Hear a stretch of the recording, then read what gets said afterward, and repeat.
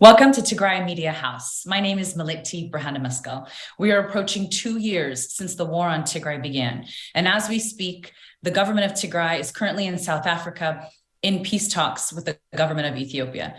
In the meantime, diaspora across the world, frankly, are stepping up their diplomatic efforts. This weekend, we expect thousands of Tigrayans to descend on the DC area for the 2-year protests. The asks haven't changed. The asks are still allow humanitarian aid into Tigray, restore the communications in Tigray, allow medicine into Tigray. Eritrean soldiers should leave Tigray. The asks have not changed. However, the methods have. Today, we have a guest with us who has traveled this country advocating for the people of Tigray, organizing protests. Jamal Mubarak, welcome to the show. Thank you, Malekti. Jamal, tell us a little bit. Well, first of all, I'm curious about you and just a little bit about your story. Tell us about you. Where you lived back home, and also how you got involved to stop the Tigray genocide. Everyone has such a unique story of how they first began advocating. Share yours. Okay. Yeah. So basically, I lived in Addis Ababa before I left the country. That's part of the reason to. It's really hurtful for me because most of my friends were non-Tagaru, so because of that, it's really hurtful to see most of my friends just not caring the people that I grew up with. But how I got involved in the advocacy pretty much is when the war started. Actually, prior to the war starting, when Abiy Ahmed started calling us like day hyenas, they're the cancers, all these genocidal words when they were being thrown out. And Abiy actually came here to Los Angeles, and we all were excited in the beginning. We didn't know that he was this evil dictator that he is now. So we went to, I think it was at the convention center. We went there, was a lot of Ethiopians there. We all welcomed him, but that's when I began to see, even prior to that, there was little signs here and there, but that's when it confirmed it for me. When our ambassador, who was Tigray at that moment, when he was speaking, the whole crowd booed him. And when Abiy actually came, he never said what they did was wrong. He actually just started talking, which means he supported their booing the ambassador at that moment. And then he made remarks like, salam tam techilachwa, which means hi from the Ethiopian people. And he mentioned the Kero, he mentioned the Fano, and Zerma for Gurage, but he never mentioned that he brought us any salamta from the Tagaru people. So to me, that was the first sign. And then, when the war broke out, and we could no longer reach out, that's when we decided to organize and decided to go out on protests and advocate in different ways, basically. Yeah, I remember that later. I didn't recognize it in the moment, but I think it was Ambassador Berhane who spoke and was booed at that convention center, and he was shocked as well. And I think there were a lot of signs early on that we missed as Tigrayans in terms of what was coming, in an effort to be connected and in an effort to welcome this new prime minister. There were a lot of things that were missed. What's been the most shocking to you about the past 2 years? For me, I'll tell you, I think what's been most shocking is to watch friends who are of many different backgrounds and hear them deny what we say is happening to our families. And you mentioned some of that earlier, but I think the story is true for a lot of Tagaru. Most of our friends were of different backgrounds. We didn't recognize anything other than being an Ethiopian. And so then suddenly we're saying things like, hey, my grandmother's sister was just killed by Eritrean soldiers who came into Tigray, and they tell you you're lying. And so that's been really shocking. And then secondly, the cruelty of this siege, the fact that people have not been able to access their own bank accounts and their own funds for survival, I think has been really shocking to me. But what's been most shocking to you over this past 2 years related to the genocide? Ooh, that's a hard one to answer because it keeps updating. Like, what was most shocking to me 2 years ago is no longer the most shocking now because, like you said, first it started with the betrayal of all of the Ethiopians that I grew up with and knew. They knew my dad, they knew my mom, ate in our house, and ate in their house. So those people, the betrayal was the first, I would say, shocking. But then after that, many things happened. Like you can't even keep count. 4 years old child getting raped, woman getting raped, sharp objects, injected into their private area. Uh, our men being thrown from the cliff, shot and thrown from the cliff. And then when we thought that was the worst, people got burnt. And when we thought that was the worst, children got bombed with drones. It just never ends. So just the whole war is being shocking, and every moment. Just like it never gets to me. Like I never get used to it. Like you think you would get used to it because it happens over and over and over again. But it's always as shocking as it first was because sometimes I just wake up and be like, are we really going through this? So there is no particular incident to point to. So many atrocities, so many evil deeds are being done. It's hard to say which one was the toughest one. And I think what's also shocking is all of this is playing out in real time. We're watching a genocide in real time. The soldiers film themselves and then post the videos with pride of, like you said, burning people alive or pushing an elder off of a cliff. And so one of my biggest fears is that we become desensitized to what's happening. And I hope that never happens. I pray that never happens. But you're right. It's like you hit a low and you don't think it can get any worse. And then you hit a new low. When the genocide first began in the diaspora, we were shocked. We were completely caught off guard. And I don't know if we were just not paying attention or if it was just so fast and so brutal and so, we were truly caught off guard. And so we were sort of fumbling over each other. And even, activists and organizers were all sort of fumbling over each other, trying to figure out what to do and how do we best advocate and what's most effective. And it seems now, though, that there's a little bit more cohesion with people and different groups. You have a number. We got organized quick, but it seems like there's a lot more cohesion now and a lot more working together. Do you agree with that? And or what do you think we need to do better in order to take our message further? Because you have a government, the government of Ethiopia, that has, somewhat endless resources and paid lobbyists. And then you have Tigray, who has the Jamals of the world advocating for them. Do you feel like we're doing a good job in working together, or where do you see gaps and what do you think we could do better? I think we're doing a good job, especially individually as individual organizations. But it would be nice if all the orgs come together, all the efforts that we have, if it gets centralized. And some people don't like that because when you think of centralized, people think of like, telling you your ways of working or changing your ways of working. But it's really not that. Like everybody can come together. If all the orgs can have 2, 3, 4 representatives come together and then build this body that can come from within them, then they don't have to listen to anybody else telling them what to do. It would be, a work that they're going to do together. So I believe we're doing what we can, but I think we can do better. I think we can work with each other a little bit better than we are. And I think we can also be a little bit more aggressive than we have been.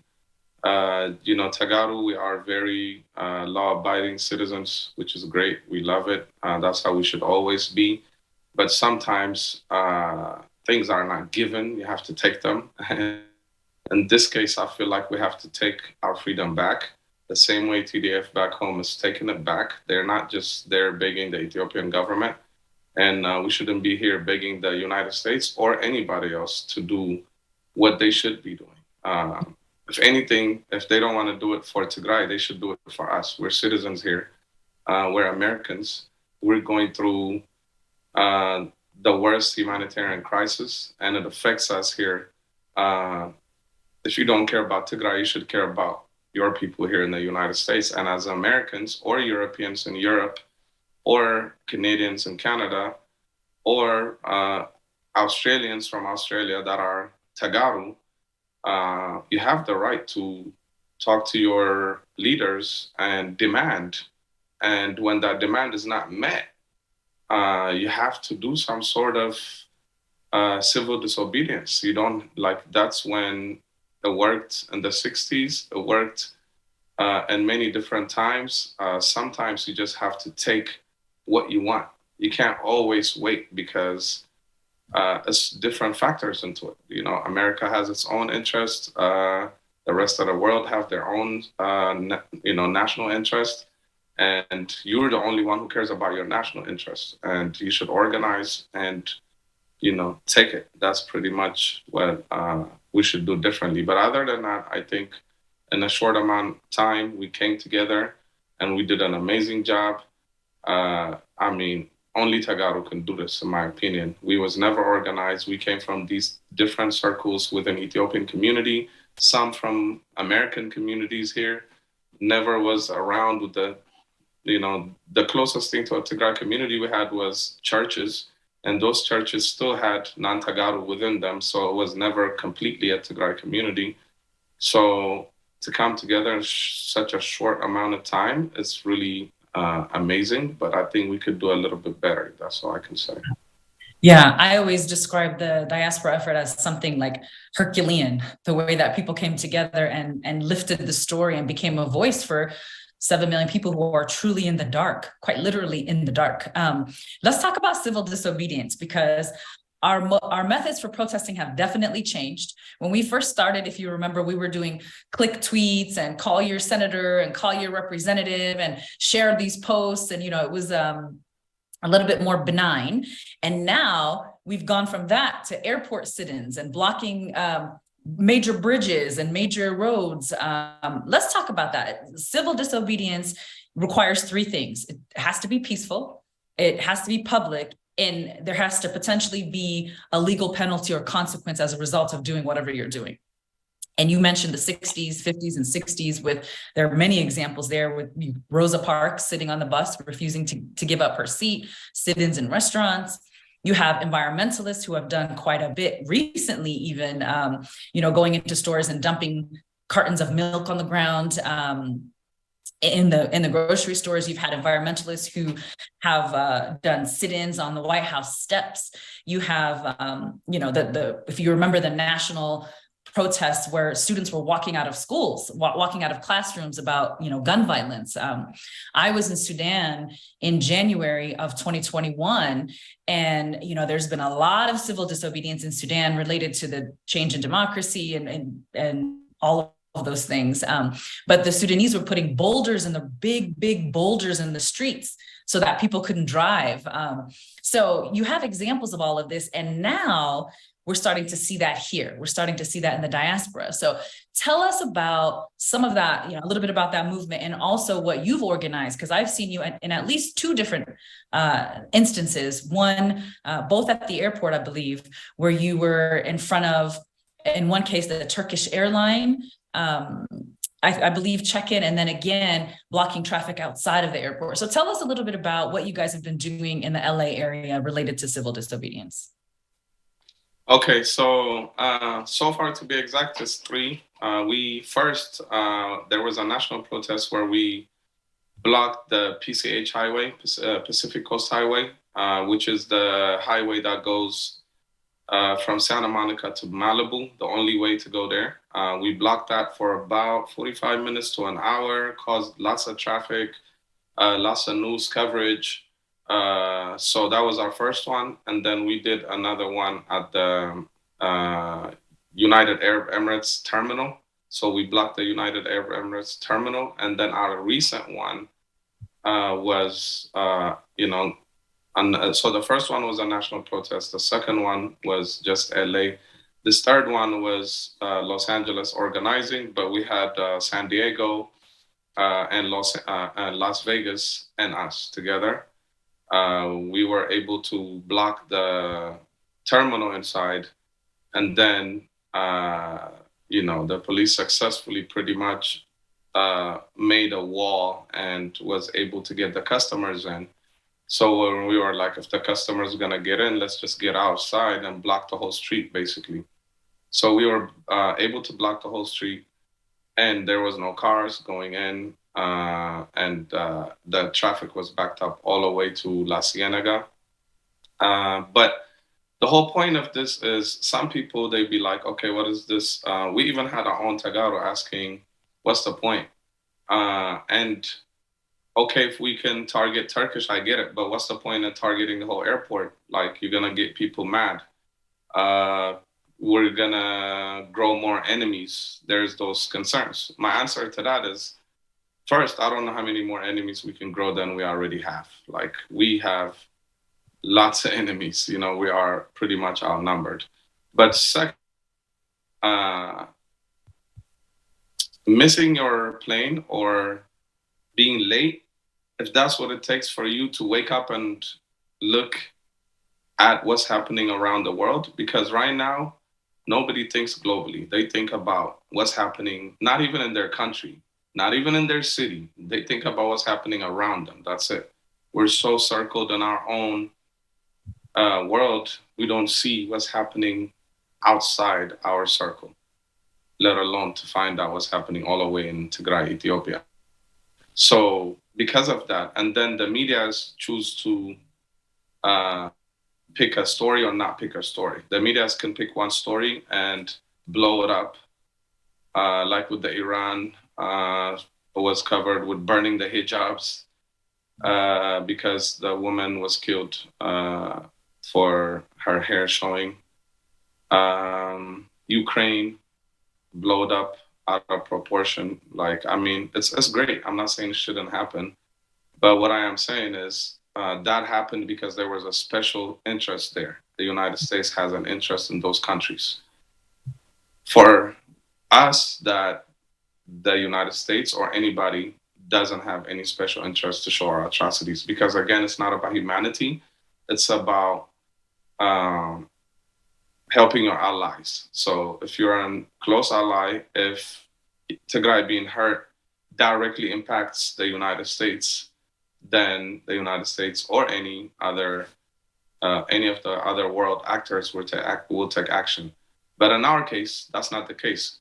So because that's not the case, we're trying to bring the fight here. And if you bring the fight here, that means you have to show people so much inconvenience just to pay attention for them to pay attention, just to pay attention.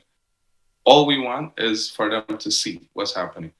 We want this to be popularized. So when people think of Tigray genocide, we don't want them to Google and say, what's Tigray genocide? We want them to say, oh, it's these people that go block things every time. We know who Tigray genocide, you know what Tigray is. If you ask Ukraine, nobody would tell you they don't know what Ukraine is. Nobody would even say they don't know what Ukrainian war is. They would know that. They would, like the most, I would say, I don't want to say ignorant, but anybody, a person that's never watched the news, never read book, never read any article will tell you that there's a war happening in Ukraine. But the most educated person who watches news every day, who educates themselves and keeps up with social media, probably won't know about what's happening in Tigray because there is a deliberate action to, not show what's happening in Tigray. Like they don't want the world to know what's happening in Tigray. They don't care about what's happening in Africa as a whole, to be exact. So because of that, we are forced to popularize our movement by causing inconvenience here in the United States. And then last time it was done in Hayward Airport in the UK. And I'm glad UK turned up and did it. And I think the whole world should do it. This is time for us to go demand. That's one aspect of it. You popularize your movement and everybody talks about it. And people talk about movements when they think, oh, sorry, I don't know, it went away. Can you see me now? Yeah. Okay, good. You're back now. Sorry, there was a little technical issue there, but I like what you said. You said we're forced to popularize our movement by creating this inconvenience. And you're right. That's how, unfortunately, how you get the attention of the average American is creating an inconvenience or causing a financial doing something that has a financial impact, on an American to get their attention, and frankly, worldwide. I want to show a clip of you all, and I believe this is at the LA airport, but you can tell us what's happening after we show the clip. Okay. Media.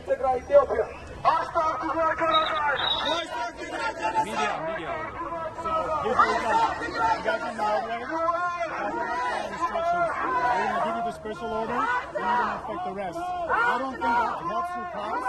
You're welcome to sit on the kids screen as much as you want.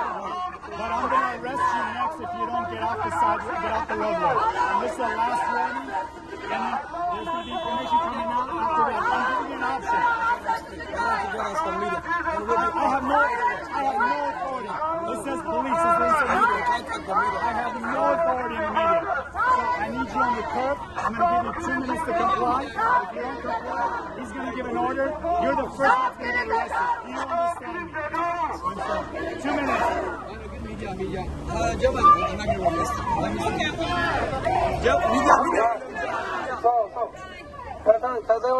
كتنصاري خانديهم زود بالله أنا تعاصر كيت عاصركم من أول سنة جد مسخاتكم ونقيكم رديكم هاي مجمرة عاصرك عينني أنا أبزي خون هاي خيدن كنت ولا تتعاصركم أصلوا أصلكم هاشتاج تقرأ جنسات هاشتاج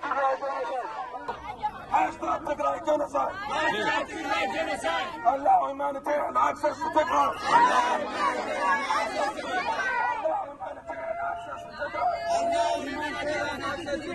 allow humanitarian access to Tigray.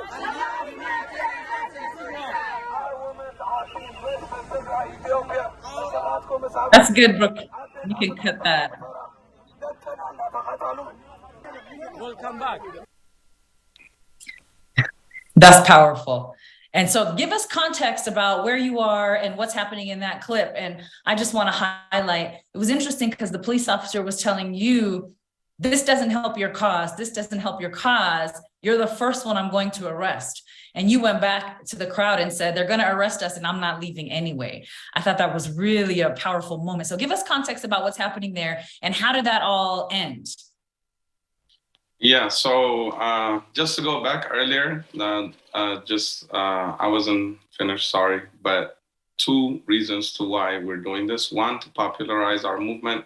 2nd, we need to target those countries that are supplying weapons to Ethiopia. So we need to go after those countries, those businesses that are helping the Ethiopian government. And we also need to go after Eritrean and Ethiopian embassies and Eritrean Ethiopian businesses. But to go back to what's happening in the video, we are at the Tom Bradley terminal departure side, which is on the top level. And we had blocked the street. It was about, I would say, 20 minutes in to 25 minutes in to where the cop came. The police officers, by the way, were awesome. They worked with us. That's our 4th time going there. And each time they've worked with us, how ironic, 4 or 5 of them are Armenians. So they feel our pain. In fact, the guy that was saying he was going to arrest me, he was tolerating us so much. It's ridiculous. He is himself Armenian. And every time when we're done, he talks to us for like 30 minutes. They were actually getting water from us. Some of them even ate our sambusa. You know how cops don't do that. So they were, they had to do their job. I understand. But what I'm saying is, even so, they put up with us to the end. And I think the fact that 4 or 5 of them were Armenians, and they really highly educated about what's happening in Tigray, from us going there 4 or 5 times and beyond. They know about what's happening in Tigray because they themselves were genocide victims. So I think that helped. So I'm not saying it would be easy in every place, because not everybody's going to have Armenian cops that are going to take it easy on you. But we've done it, like I said, in other places too. And it's important, no matter what it takes, even if you get arrested, it's just a 1 day thing. But basically what's happening there, it's him telling me he's going to arrest me. I go back to the crowd. I tell the crowd, we should stay. We stay. And yeah, like they about 5-10 minutes, even though he said 2 minutes. So after 10 minutes, they came and they just started pushing the whole crowd. So I would say about after 45 minutes, we went back out because at that point there was no media. Like all this commotion, there was no media. That's how much they do not care. Later, we were covered on an article and a few YouTube channels, but there was no media active at that moment. Yeah, so that's the sad part. But at that moment, being arrested was not something that was going to cause anything. So most of the elders pretty much rushed me out and carried me out, which I didn't want to leave, but I'm glad they did that. Thanks to Vegas, Vegas, Abeti, they did that, you know what I mean? And, I appreciate it because to be honest, at that moment, there was no results behind it. But if we could have done this a little bit longer, I think it would, it's the airport blocked. They would have to cover it at one point. So I think it's good that we do that simultaneously in different cities. So after that, UK was able to do it, Hayward Airport. They killed it. It was amazing. Like, I loved it. So many people came out, bomb rushed the United Arab Emirates, the airlines, you know what I mean? So, and they had the picture of the king as a dictator. It was amazing. I loved it. And every city should do that. And by the way, there is a national protest in DC, I know, but on Friday, they will have a local protest in Seattle, and they're going to be blocking the freeway. I think it's I-5 freeway. So they're going to be blocking the freeway with a caravan style. And, those of you who can't go to DC and is in Seattle, you should go to that because it's amazing. Like, they're going to be blocking the streets. And I think we should take that route in every city, in every state, in every country. And if we can do it together as a whole, like let's say we block all Turkish Airlines simultaneously around the world. And let's say we do that every week, every 2 weeks. They're going to have to make a choice between their pockets. Like, they sell the drones for money, right? They're not given no free drones. If it's not money, they're getting some sort of benefit from Ethiopia. So we have to show them the benefits they're going to lose from us terrorizing their airports all the time is going to be far worse than the benefit they're going to gain from selling drones to Ethiopia. Absolutely. And you're targeting people like UAE and Turkey and I would argue Iran and some of these places because they're the ones who are supplying the drones to Ethiopia. By my count, there have been 50 different strikes in Tigray by the Ethiopian government, mostly over the last year, hitting IDP camps, schools, hospitals, neighborhoods. So that's why you're selecting these particular countries, because they're the ones who are providing the drones and training and all of that. I want to talk about the national, well, first of all, I just want to say, you made a comment about how effective you are or aren't. Don't underestimate planting a seed. So because you all planted that seed, and it did get some press as well, but you planted that seed so the UK could build on it. And then there was some international press as a result of that airport civil disobedience moment when people were sitting down at one point and they refused to leave. It was really powerful. So don't underestimate the impact of what they saw happening in LA several times. So I just want to say that. Let's talk about national protests, because I know we're coming to the end of our interview. I believe pretty much every state is holding some sort of protest. You said Seattle's going to block the I-5 freeway. Let's talk about what's happening in DC, because thousands of Tigrayans will be going to DC. Talk about the 4 days of I think there's going to be 4 days of protest. Tell us a little bit about what to expect while there.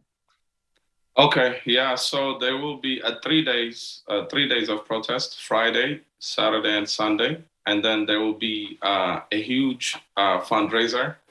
Right now, we're doing the Safe Tigray campaign all over the world. So Makhata 3 is over. It's done. And there is a new campaign called Save Tigray. So that's the new Machata, basically. But Save Tigray is, uh, is trying to appeal more to just beyond Tagaro. Because, like, you don't have to be Tigray to help human beings, right? So the Save Tigray campaign is going to have all the artists come out for free. There's well over, I would say, 10 artists to 15 artists. I'm not sure, even more. The pictures is on the flyer. All of our best artists, most, will be there. And they won't be getting paid. They all agreed to do it for free. So that is very heroic of them. And we really appreciate them for that. And it will be all volunteers working for free as well. And every single penny will be going to Save Tigray. As you know, our government has openly came out and said they are short of money. They need money to feed their people in Tigray. They need money to, assist with and so on and so on. That's why we keep pushing for a humanitarian aid, but we also give money where we can. So this is an opportunity for you to enjoy yourself and at the same time spend your money for a good cause, and would be one of the greatest time of your life. How nice could it be helping Tigray at the same time having fun. But that being said, it will be a protest on 10 a.m. State Department, so where we usually meet. We're gonna go talk to the lawmakers and try to demand action. That will be the first thing on Friday. And 7 p.m. will be a candlelight vigil. And at 8 p.m., it will be the Save Tigray concert. It's going to start, this great concert that I was telling you about. And by the way, for a change, everything is for Tigray. We rented the whole place. From the bar to the entrance is going to go for Tigray. That happens usually. So every single thing that you buy in there is going to be going towards Save Tigray. So that's just something to point out. And on Saturday, there will be another demonstration at 11 a.m. And at 3, there will be family friend event. And at 8 o'clock, there will be another Save Tigray fundraiser, which will be concerts with all the artists. And Sunday will be a caravan protest at 11, and there will be a film screening at 4. The film screening is The Fight for Tigray, made by Roman Dubach. It's a documentary about what's been happening in Tigray for the past 2 years, and then back up to 50 years and talk about Tigray history. So it's very educating. So that's the best time for you to bring your American friends, your any friends that are especially not Tigrayans, so you can educate them. Again, that money will also be going to Save Tigray as well. So this is your opportunity to come to DC, be with your mingle, have fun, and also be the voice for Tigray by going out on these protests on daily basis, Friday, Saturday, and Sunday, and each night also going out and spending your money and everything besides those. So you can find it on Insta and on Tagaro events, but also you can DM me. Those who know me, I can let you know. And but the whole thing is, only places you should go to are those places. That's why we try to accommodate in every way. And there will also be other programs, so you won't even have time to go anywhere else. And then there is plenty of Tagaro-owned Tigrayan restaurants, so go to them. You have many choices. You don't have to go outside the community just to get, Habesha food. And we have Tigrayan-owned cafes. We have all the programs going to Machata as far as the night event and the day event. But if you do want to eat, you should still eat at a Tigrayan restaurant. So make sure we do not put that money out of the Tigrayan circle. You know, first we're gonna give it to Save Tigray, and then beyond Save Tigray, we need to help the Tigrayan restaurants there. We need to show them that, you know, we're here for them. It will be a heavy presence of a lot of people, and that would be good money in our Tigrayan businesses' pocket to do. So that's what we would encourage. You have to circulate that dollar within our community over and over and over again, be it going to these concerts that are going where the funds are going directly to Tigray, or even Tigrayan businesses. By supporting a Tigrayan business, that money will automatically circulate within the community again. So that's great advice. So again, this weekend, Friday, Saturday, and Sunday, Friday at the State Department, then there's a vigil, the Save Tigray concert, and then events Saturday and Sunday. There's a place for everybody really in what's happening this weekend, whether you want to go and support just financially, or if you can bring someone from outside of our echo chamber in to watch the film, and also plenty of opportunity to physically protest and demand change. So Jamal, thank you for all that you do and for the examples that you've given us today. And this requires everyone. Everyone needs to be involved. And I think you're right. I think it's time that we step up our activism and take it to the next level. So I look forward to see more of what the diaspora does. And thank you. I'll give you the closing words. If there's anything else that you want to say, I'm going to give you the floor. But otherwise, we will see you in DC for the 2-year protest.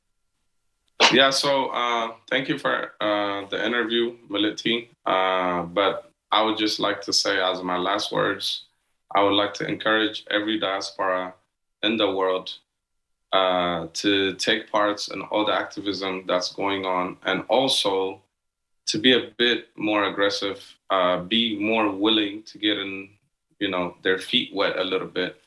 Don't always expect to just protest and go home. The main goal should be, what can it do for Tigray? What difference can it make for Tigray? And if you can popularize our movement, then you should be able to do whatever it takes to make that happen. So that's just a message I would like to send to all the youth, to all the elders, everyone. Keep in mind, back home, they are dying and giving their life to defend Tigray. And the least we can do to defend Tigray is popularize it. And how we popularize it and how we make Tigray a household name, that when everybody wakes up, they ask, how's Tigray today? What's happening in Tigray today? Is by doing that. We need to come in their face, put it on the map, wherever country we are. We need to take measures like that. Absolutely. You said popularize the movement and target the countries that are supplying weapons to Ethiopia. I think that's great advice. Thank you, Jamal, and we'll see you this weekend at the protests. Thank you very much. I'll see you there.